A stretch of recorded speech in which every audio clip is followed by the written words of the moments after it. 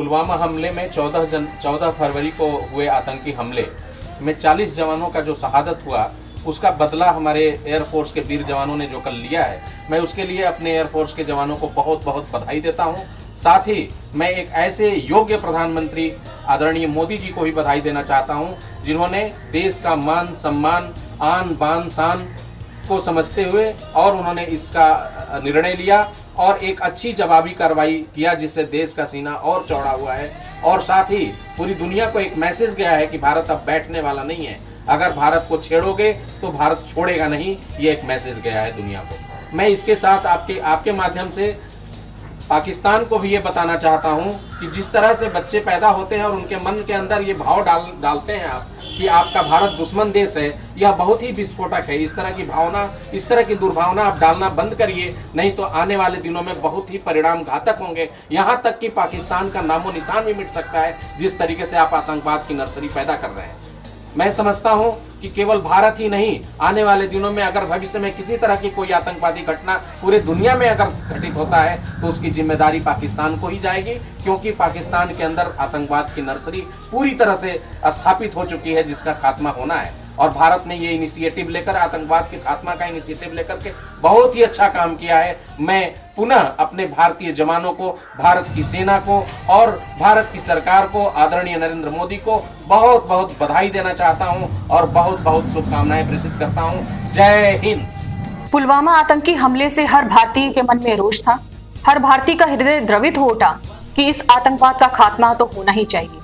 अब बस बहुत हो गया, अब तो भारत को बदला लेना ही पड़ेगा, जिसका जवाब हमारी भारतीय वायुसेना ने एयर स्ट्राइकर के रूप में बहुत ही बढ़िया बदला लिया है। इसकी मैं भूरी भूरी प्रशंसा करती हूँ और अपनी भारत सरकार और भारत सेना का बहुत बहुत धन्यवाद करती हूँ। जय हिंद।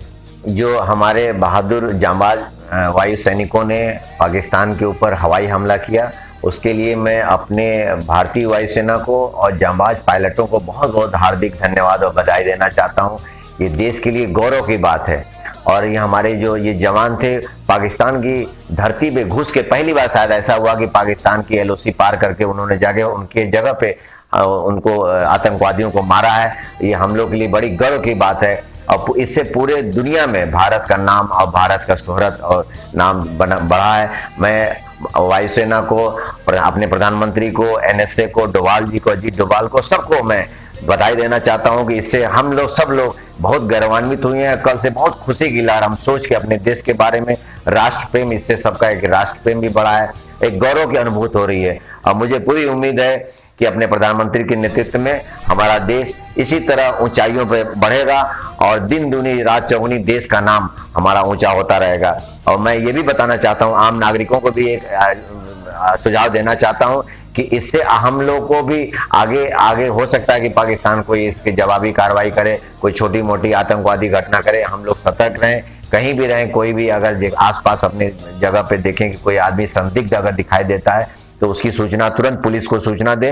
और ऐसे व्यक्ति को जो कोई आत्मघाती दस्ता हो सकता है, या कोई बैग पड़ा हो सकता है, कोई लावारिस वस्तु हो सकती है, तो उसको तुरंत उसको ऐसे मत छुएं, उसकी सूचना पुलिस को दें। हमको सतर्क रहने की जरूरत है और हमको गर्व है अपने सैनिकों पर। अपने वायुसेना, थल सेना, जल सेना, तीनों हमारी सेना एकदम तैयार है और मुझे पूरी उम्मीद है कि हम इससे ये हमारे देश का नागरिकों का गौरव ऊंचा करेंगे।